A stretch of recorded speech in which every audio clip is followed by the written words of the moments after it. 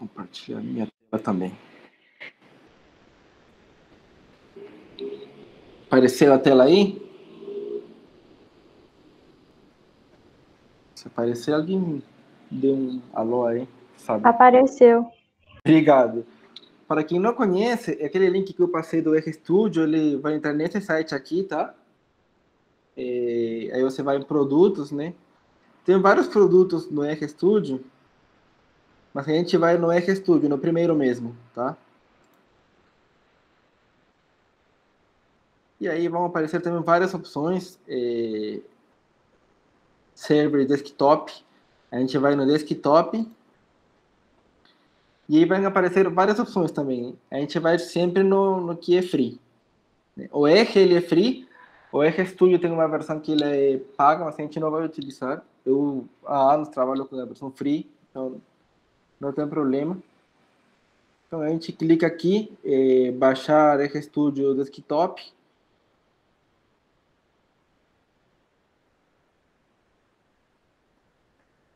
E aqui em baixar, né? Aí vai demorar um pouquinho. Aqui vai aparecer a versão do computador que vocês têm, né? Provavelmente vai ser um Windows, um Linux aí. Aí vai aparecer a versão para vocês. Eu nunca instalei no Linux, instalei só no Windows e no Mac. Mas aí, quem manja de Linux aí, acho que vai se virar tranquilo. Então, é isso. Eu vou criar aqui uma pasta que chame LabR, né? E eu vou salvar tudo aqui caso vocês precisem. Então, eu vou abrir o RStudio.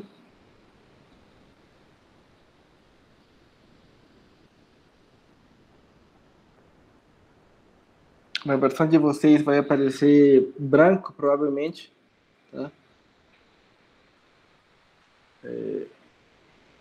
Eu vou aqui em File, New Project, diretor existente. E eu vou aqui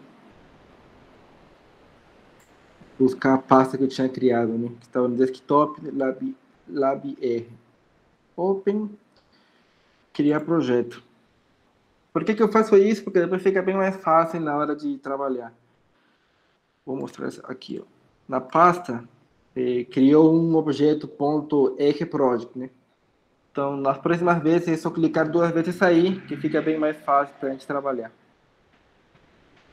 Tá? Então, esse aqui é o novo projeto de R. Eu vou criar um novo arquivo, que é um script do R, que é a primeira opção aqui, que é o que a gente vai fazer hoje. Tá?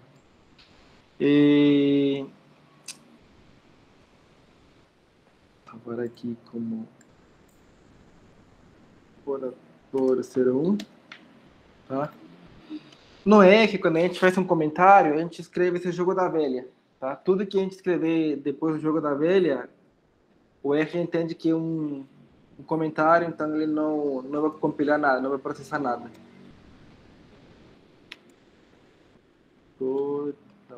Laboratório de R serão.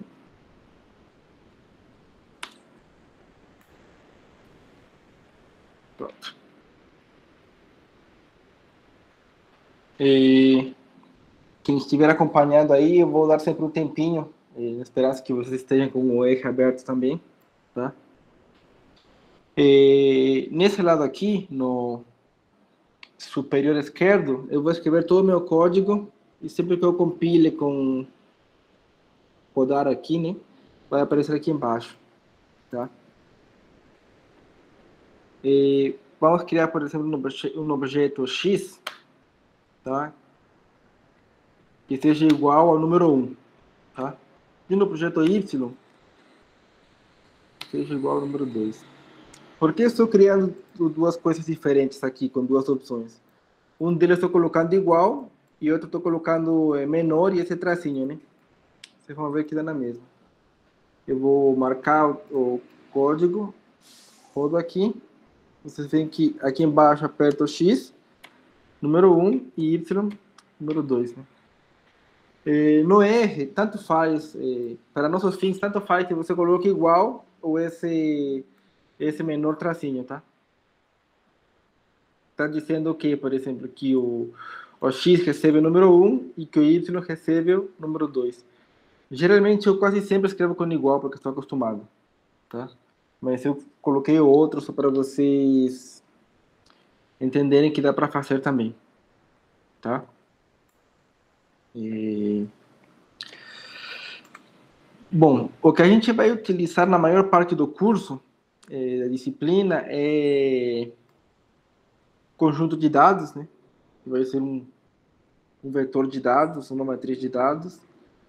Tá? Então a gente vai aprender algumas coisinhas sobre como trabalhar com isso e sobre como fazer algumas comparações. Né? Por exemplo, eu poderia comparar se x é menor do que y. Né? Ele fala é verdadeiro, né? Porque 1 é menor do que 2. Né? Então, x menor do que y, verdadeiro. Se eu quero... deixar aqui. Se eu quero comparar, por exemplo, se x é maior que y, é só colocar aqui maior, né? Ele deveria dar falso, né? Porque x é 1 e y é 2. Fato dá falso. Então eu quero comparar se esses dois são iguais, coloco igual duas vezes. Aí está perguntando, x é igual a y? A gente marca aí, fala falso. X não é igual a y. De fato, isso é verdade, porque x é igual a 1 e y é igual a 2. Né? Comparações.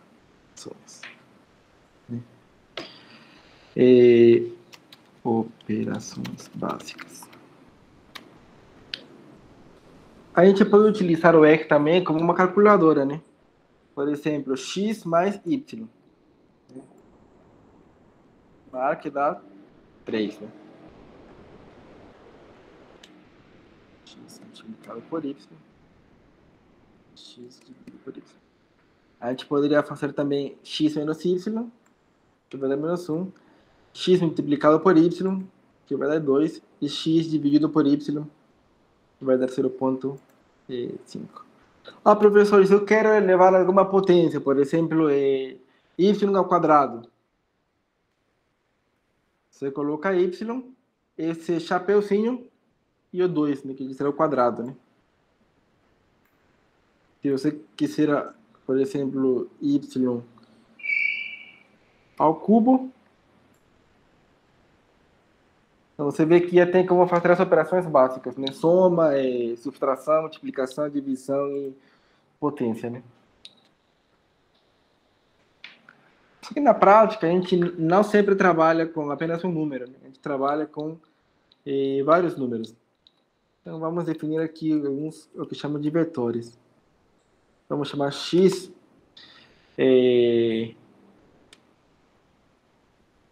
quando a gente define um vetor no R, a gente sempre escreve C, abre e fecha parênteses. Né? Escreve todos os elementos do vetor dentro desse C. Por exemplo, 1, 2, 3, 4, 5. Escrevemos o x aqui, que é igual a um vetor de tamanho 5, com elementos 1, 2, 3, 4 e 5. E a gente plota o x. Né? Então, agora x é um vetor. Não é mais um número. Agora x é um vetor. Né? E o x que estava anteriormente, que era um número, não é mais, porque agora é um vetor. Né? Eu substituí esse objeto x, que era um número, por um vetor. Né? Y, vamos definir agora, vamos, por exemplo, pode ser 6, 7, 8, 9 e 10. Né?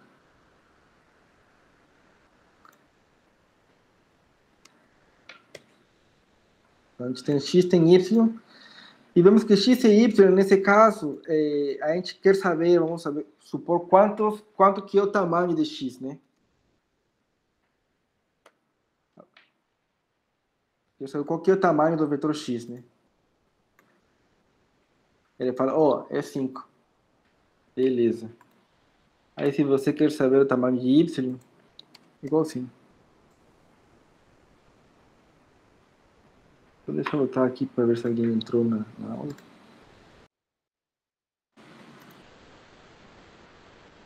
Pronto. Bom, então a gente já sabe criar vetor, já sabe calcular o tamanho do vetor.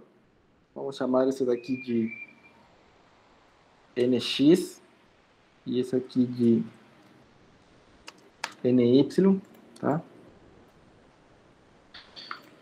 E vamos supor que a gente quer somar os elementos desses vetores, né? Por exemplo, a gente pode estar interessado em somar todos os elementos que estão dentro de x, soma de x, né? E ele vai somar 1, só para vocês verificarem, 1 mais 2, mais 3, mais 4, mais 5, né? Que são os elementos de x, dá 15, né? Então eu pego a função de soma e coloco o vetor lá dentro, né? Então ele vai somar todos os elementos, vai colocar a soma dos elementos. Só que a gente poderia estar interessado em quem também? Na média, né?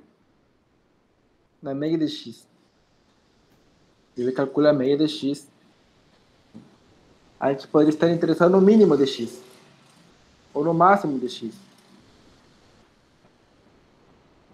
O mínimo é 1 e o máximo tem que ser 5. Eu coloquei esses números simples para a gente conseguir acompanhar o que ele faz. Vocês veem que a gente já tem como fazer algumas contas, né? Vai ficar mais fácil quando a gente está na aula 5, na aula 6. Tem algumas testes de hipóteses, as coisas, quando faço na mão, utilizo algumas dessas soma, média, essas coisas, né? Mas a gente também poderia somar x mais y, elemento a elemento, né? Ó, 1 mais 6, que são os primeiros elementos, 7. 2 mais 7, 8. 3 mais 8, 4 mais 9, 5 mais 10, né? Vem 7, 9, 11, 13, 15, né? Ele está somando elemento a elemento, né? Mas a gente também poderia querer multiplicar elemento a elemento. Professor, posso fazer uma pergunta meio Pode? nada a ver? Pode. O que é plot? Você falou assim, eu vou plotar. Aí eu me perdi aí. Ah, que é isso? quando eu falo porque assim, ó, você vai ver que aqui ó, tem um comando plot que é x, vírgula y, por exemplo, né? Plot, ele vai ser uma figura, né? Uhum. Só que quem programa tem o viés de falar plotar ou printar, tá? Como se fosse um verbo. Eu vou mostrar, eu vou rodar essa parte do código, tá? Então, quando eu falo vou plotar, vou printar, eu estou falando eu vou rodar esse código aí para que me dê alguma coisa ali embaixo. Ah, entendi, tá bom. Valeu aí. Bom, já que eu falei do plot, esse aqui é o plot XY. Deixa eu voltar aqui.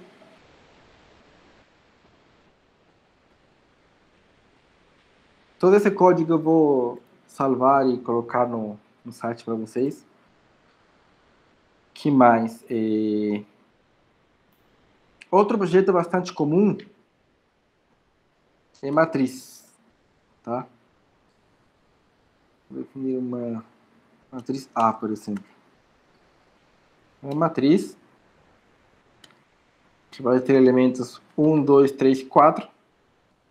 Número de colunas, 2. Tá? Então, a matriz recebeu um vetor aqui dentro, né? E estou falando que é uma matriz de 2 colunas. Então, agora é uma matriz, né? 1, 2, 3, 4. Por quê? Porque geralmente a gente vai fazer produto de matriz, essas coisas, né? Só para vocês saberem aqui como que define uma matriz.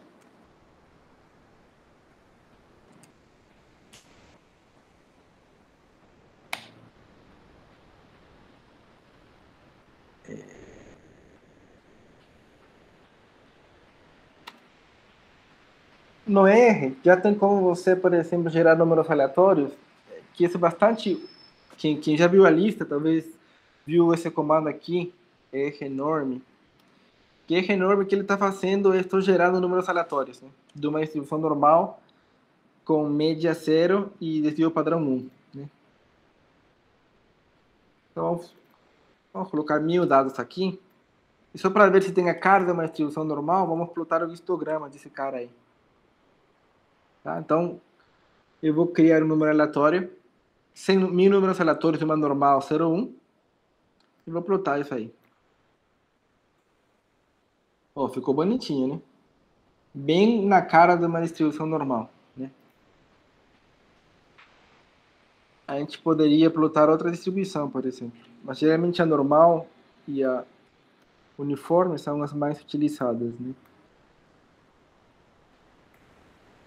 A distribuição uniforme significa que tem todos os pontos têm os mesmos pesos, né? Basicamente é isso. Então, você pode plotar aí ou rodar a distribuição que você quiser. Por que isso daí é útil? Porque quando a gente simula uns dados, é interessante utilizar algumas distribuições conhecidas já.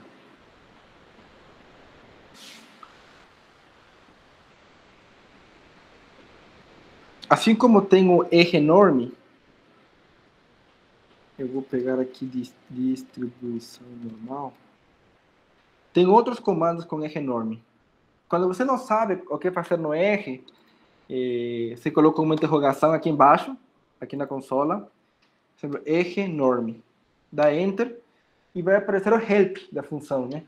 Então ele fala, olha, eu estou entrando no help de uma função da distribuição normal, e eu dei do eje-norme, né? Só que o eje-norme vem de uma família de d-norme, p-norme, q-norme e eje-norme.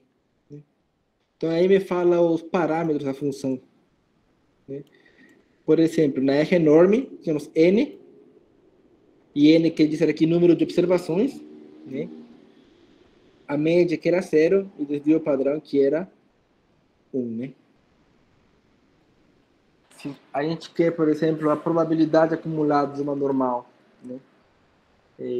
Ponto 0, isso aí deveria ser meio, né? De meio. Né? Para quem não lembra, deixa eu mostrar aqui. Distribuição normal, né? Vamos ver se a Wikipedia fala alguma coisa.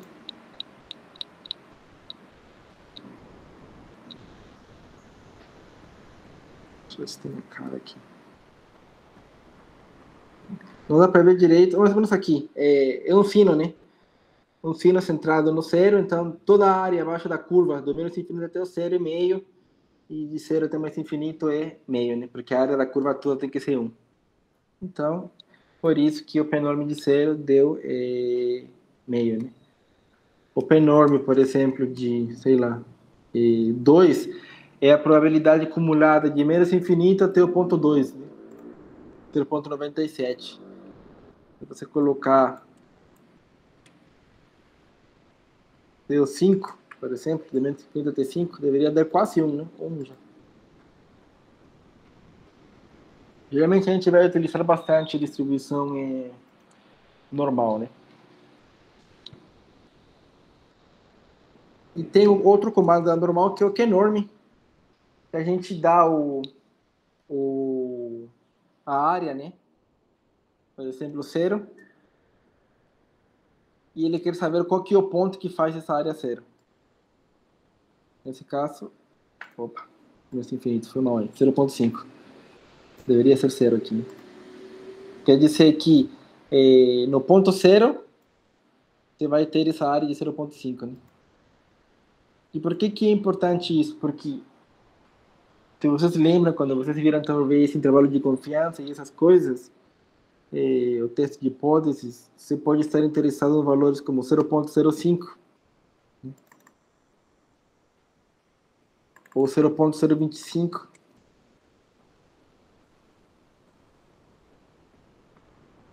Para fazer alguns testes de hipóteses.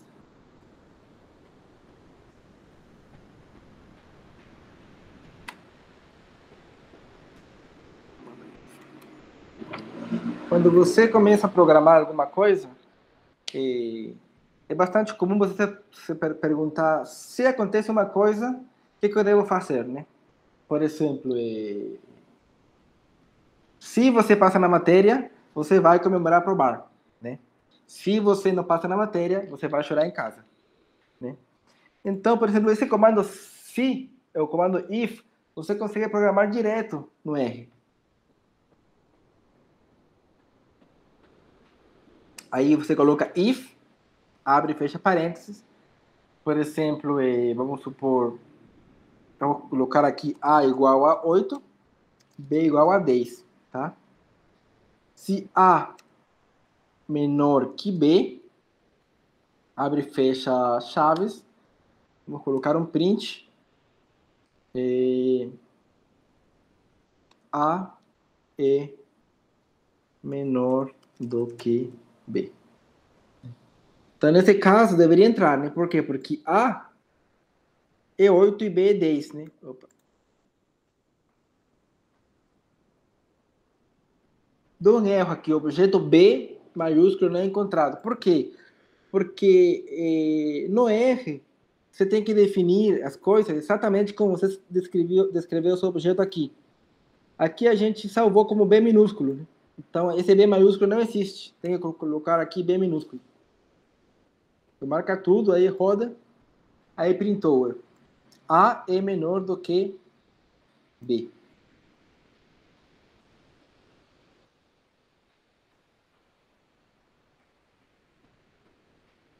O que mais? A gente poderia estar interessado, por exemplo, se A menor do que B, que no nosso X a gente vai gerar números aleatórios numa normal. 10 números aleatórios numa normal. Tá? Caso contrário, nosso X vai ser números aleatórios de uma uniforme. Tá? Vou colocar aqui 1000 só para na hora de fazer o gráfico fica bonitinho. Então, estou perguntando, olha, se A é menor do que B, eu vou gerar números aleatórios de uma normal. Caso contrário, né, eu vou gerar números aleatórios, mas de uma uniforme. Vamos rodar aqui o código. E ele gerou de uma normal. Por quê? Porque A é menor do que B. Mas, por exemplo, se A fosse 18, em lugar de 8, ele deveria plotar o gráfico mais com cara de uma uniforme. Né? E exatamente o que aconteceu. Né? Então, a gente já começa a definir uma estrutura de programação bem simples com o comando if. Né?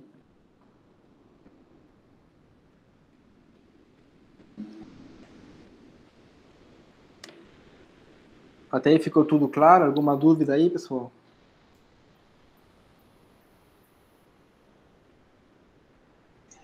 Professor, Diga. na hora de instalar o RStudio aqui, diz que a instalação dele não é válida. Meio que pede um programa anterior a ele. Eita. Olha, o que você pode fazer, se não está dando o RStudio dando certo, você pode instalar o R padrão também. Então, pede esse RCran aí antes de ter o RStudio. Ah, tá. Tá pedindo uma instalação desse RCran. Boa. Se você entra no RCran aqui, eu vou colocar aqui no... Se eu puder colocar o link aí Acho que o meu não no pediu, chat. porque o meu deve estar instalado. Mas aí você vai ter a opção de baixar para Linux, para Mac e para Windows, né? Sim. Aí, por exemplo, você vai no Windows, aí você baixa o primeiro, o base. Tá? Aí vai abrir um outro site aqui.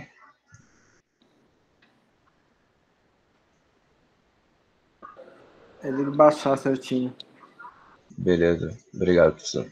Tá, desculpa aí que eu não me toquei de que precisava desse negócio aí. Mas, bom, tem o comando if, né, que é o comando, a estrutura de programação mais básica. Tem o comando for. Geralmente, quase tudo que eu programo, eu utilizo if e for. Tem outras estruturas, mas eu nem vou falar aqui para deixar mais no básico, porque eu acredito que com isso é mais do que suficiente. For, né? Abre, vamos colocar um índice i em 1 até 10, por exemplo. E aqui eu vou falar para ele imprimir o i. Quer dizer que ele vai percorrer, o meu i vai percorrer do número 1 até o número de 10, né, de 1 em 1, e vai printar aqui, vai imprimir aqui o i. Ele desce aqui imprimir. Print. Pronto. Então, tá vendo? Cada vez que ele passou no for, ele entrou, para i igual 1, ele entrou no for e imprimiu 1. Depois continuou dentro do for para i igual 2, imprimiu 2. Para i igual 3, imprimiu 3. Assim até o último, né? Quando chegou no i igual 10, já acabou o for, ele não entra mais. Né? Então, por exemplo, eu vou definir o x, que seja um vetor aberto. Quando eu não coloco nada no vetor, quer dizer que estou falando para o R, um vetor, eu não sei o tamanho dele. Tá? E eu vou colocar o elemento i, que vai ser um número aleatório enorme. Né? Então, cada vez que eu passar no for, eu vou gerar o número aleatório e vou salvar no elemento de x. Né? No final, vamos aqui imprimir o x.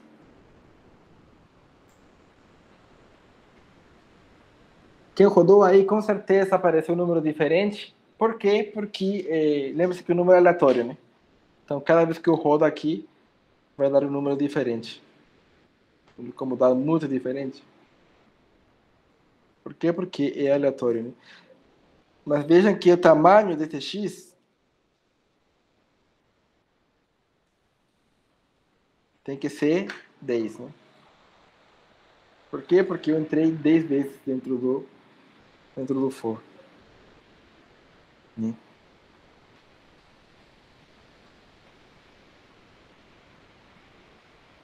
Então, vamos só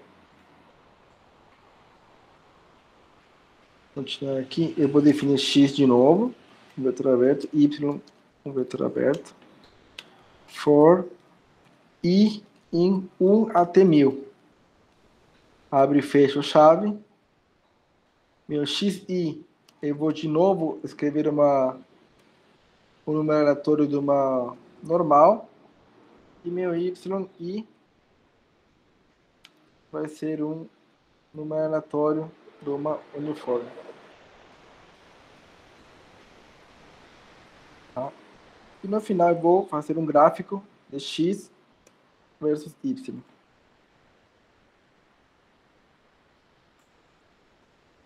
Ó, ele botou aqui x e y.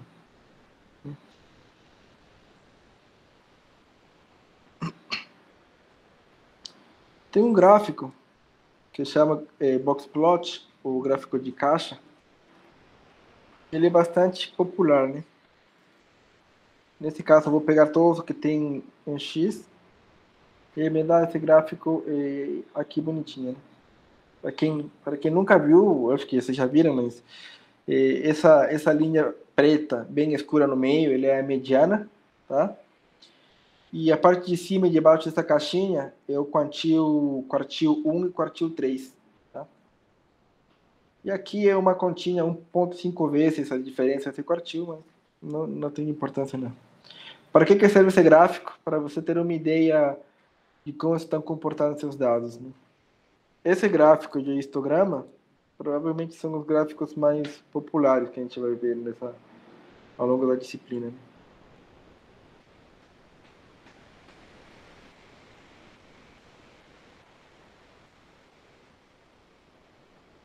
Então, a gente já viu como assignar elementos, né? Algumas comparações. operações básicas, vetores, como saber o tamanho do vetor, né? Algumas operações dentro dos vetores, né? A soma, a média, mínimo, máximo, porque tem a mediana também. Deixa eu ver aqui.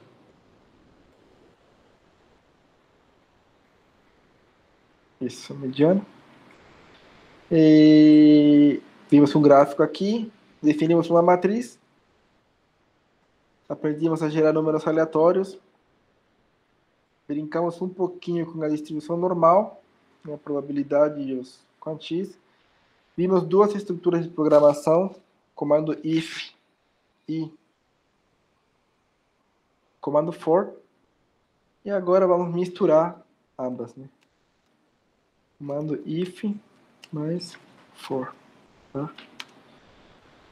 For i em 1 até 100.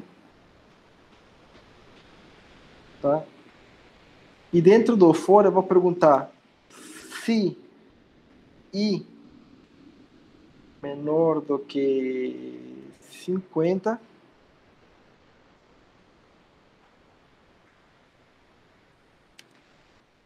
se menor do que 50, xi vai ser igual a 0. Aqui tem um erro, que é else xi igual a 1. Né? Então aqui fiz um programinha bem simples, né? Para os elementos de i de 1 até 100, cada vez que entra no for, ele pergunta, é menor que 50? Sim. Se é menor que 50, eu vou salvar como 0. Se caso contrário, eu vou salvar como 1. Tá? Então, e no final vamos contar quantos menores que 50 e quantos maiores que 50 tem. Tem 49 que são menores que 50, né? Por quê? Porque quando i igual a 50, o que acontece? Quando i igual a 50, não entra nesse if, né? 50 é menor que 50? Não. Então ele vai entrar aqui, né? Se você quisesse que dê 50, você coloca aqui menor ou igual, né? E agora assim na tabelinha deveria dar 50, 50. Tá vendo? 50 e 50. Essa tabelinha aqui simplesmente está contando as quantidades diferentes que tem aqui na tabela.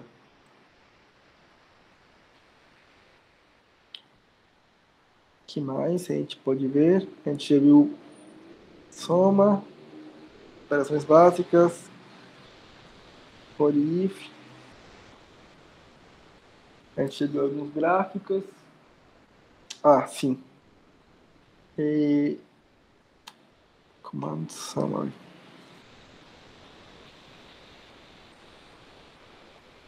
Vamos gerar aqui dados de uma distribuição uniforme, uma distribuição normal, R enorme. Vamos gerar 1000 dados, tá? E vamos supor que esses 1000 dados têm a média por 19 e esse D igual a 2, tá? Vou chamar aqui de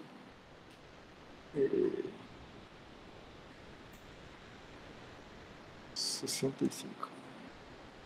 Vamos chamar aqui de peso, tá? Vamos supor que a gente tem essa variável aqui, peso. Em média, a pessoa pesa 65 quilos, tem uma variação de desvio padrão de 2. Né? Então, informações de peso de 1000 alunos, vamos supor. Né? E você quer dar uma olhada nesses caras, né? Nesse peso. A primeira coisa que você faz é dar um summary de peso.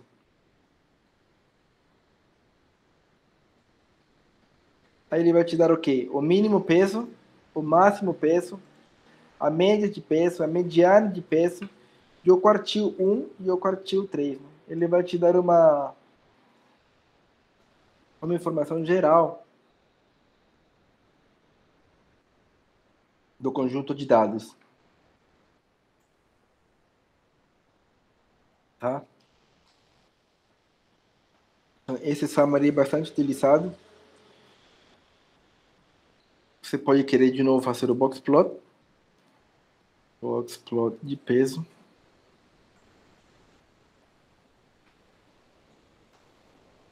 Opa, boxplot.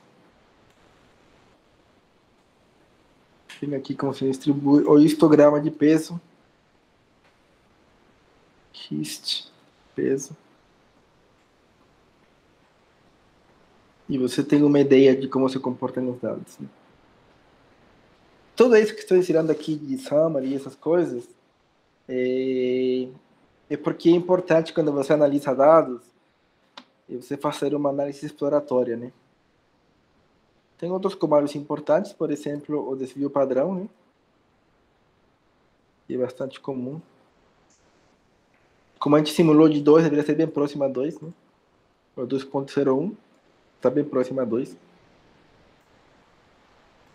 Mas geralmente essas são as estatísticas que a gente, quando lê um artigo, quando vai reportar um relatório, que precisa colocar, né?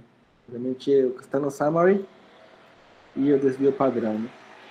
E também o número de observações, né? Bom, então a gente já viu o comando summary.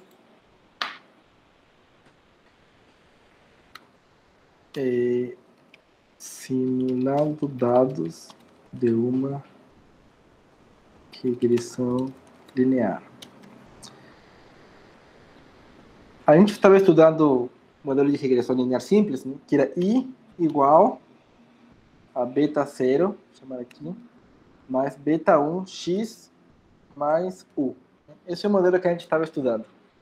Então agora o que eu vou fazer? Eu vou simular esse cara aí. Eu vou criar um conjunto de dados com essas características. Vamos n que seja 1000, tá?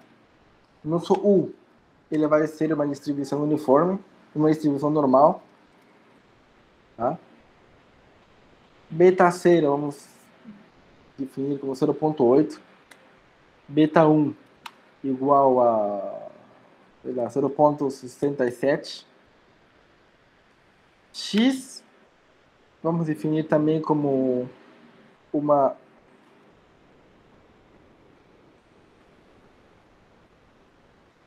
uma outra uniforme. Tá? Isso aqui com média igual a 10. Tá? Então, a gente tem U, né? Tem beta 0 e beta 1 e tem X. Então vamos criar o Y. Y é igual a quem? Beta 0 mais beta 1 multiplicado por X mais U. Esse cara aqui é só um comentário, então, como eu não quero que rode, eu coloco aquele jogo da velha para falar para o programa que ele não precisa compilar essa parte do código.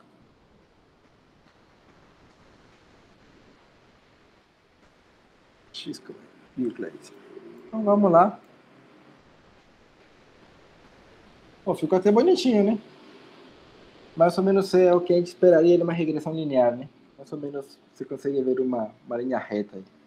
Se você traçar uma linha reta no meio, teria pontos em torno dessa linha reta. Então vamos ver se y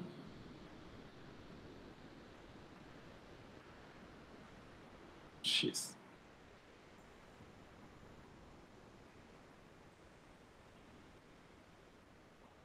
Então eu estimei aqui, utilizei a fórmula que eu tinha, x e y.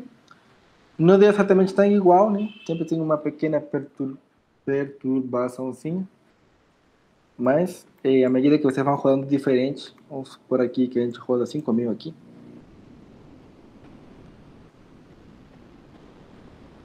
Você vê que vai ficando mais próximo, né? Olha, meu beta seria 0.8, deu 0.84, meu beta 1 era 0.67, deu 0.66, né? E se a gente simular só 10 dados? A gente roda. Tá dando mais diferente, né? Aí você fez duas coisas, né? Que mesmo que você tenha um modelo teórico, você sempre precisa de bastante dado para obter umas estimativas boas, né?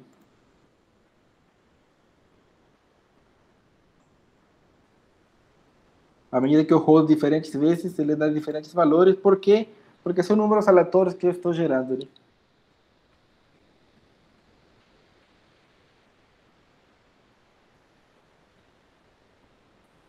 Até aqui alguma pergunta, alguma dúvida?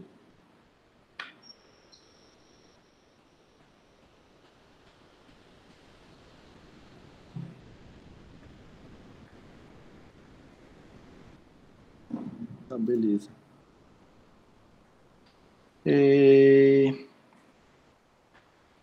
Eu acho que com isso vocês conseguem se virar assim para brincar um pouquinho no R. Eu coloquei no meu site e coloquei esse livro aqui, que não é meu, né? O pessoal, acho que não lembro mais de que é. Bom, mas é um livro que eu estudei há muito tempo atrás e que explica mais um pouco sobre números aleatórios, né? Explica várias coisas para você, gráficos, então eu recomendo vocês aprenderem, darem uma olhada assim no tempo livre. Aqui fala algumas funções, né? Raiz quadrada, valor absoluto, seno e cosseno, o logaritmo e tudo mais.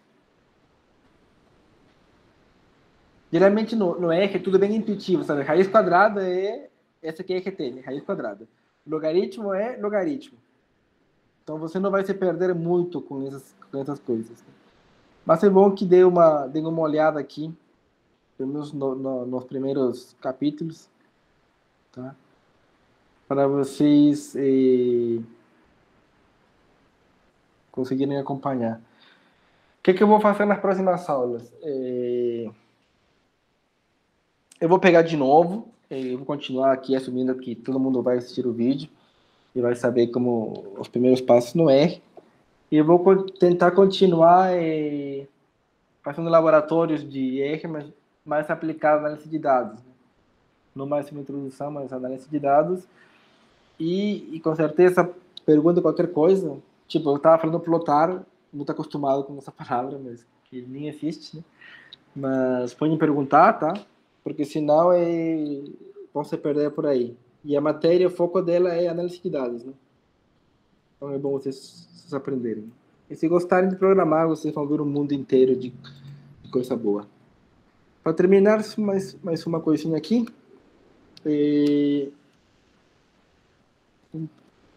Algumas funções.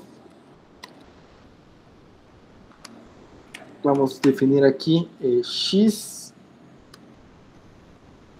enorme. Vou definir 10 valores aqui. O R tem uma propriedade interessante, que chama de vetorização. Por exemplo, se eu quero calcular a raiz quadrada, no primeiro aqui, o valor absoluto, de x, falo, ué, mas x é um vetor de 10 elementos. O que o R vai fazer? Ele vai calcular o valor absoluto de cada um dos elementos. Ó. Ele me dá o valor absoluto de cada um dos elementos. Por exemplo, A, B, S, X, né? Se eu quero a raiz quadrada, esse aqui é RT de quem? De A, B, S, X. Né? Ele vai calcular a raiz quadrada dos caras, né?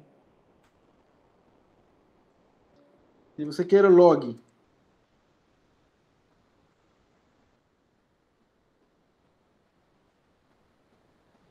e assim a gente vai fazendo todas as contas necessárias. Né? Então é interessante, por quê? Porque, por exemplo, se a gente não tivesse isso, a gente, o que faria? Vamos criar aqui um 2, tá? Que chame... A gente teria que fazer um for i em 1 até 10, né? E criar abs x2 igual abs x i. Né? Terá que criar tudo isso. Né? Opa, desculpa aqui. Agora sim. Pronto. Então, em lugar de fazer esse for para calcular elemento a elemento, a gente já utiliza a vetorização do R, que faz direitinho, né? Vocês perceberam que no código anterior eu rodei e ele só solvou um número, né? Por quê? porque como eu não estava falando para colocar o ABS X em cada um dos elementos, ele pensava que era um único elemento e toda vez ele ia salvando em cima, né? Então, acabou só plotando o último, o 0,39, né? Por quê? Porque não salvou. É bem importante você definir os índices se você quer salvar alguma coisa, tá?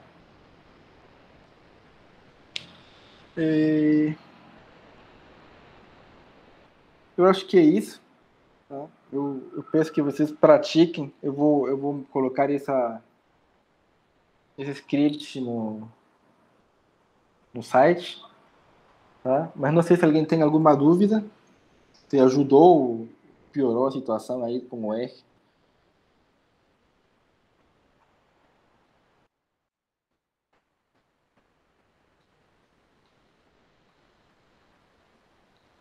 Bom, então, é isso aí.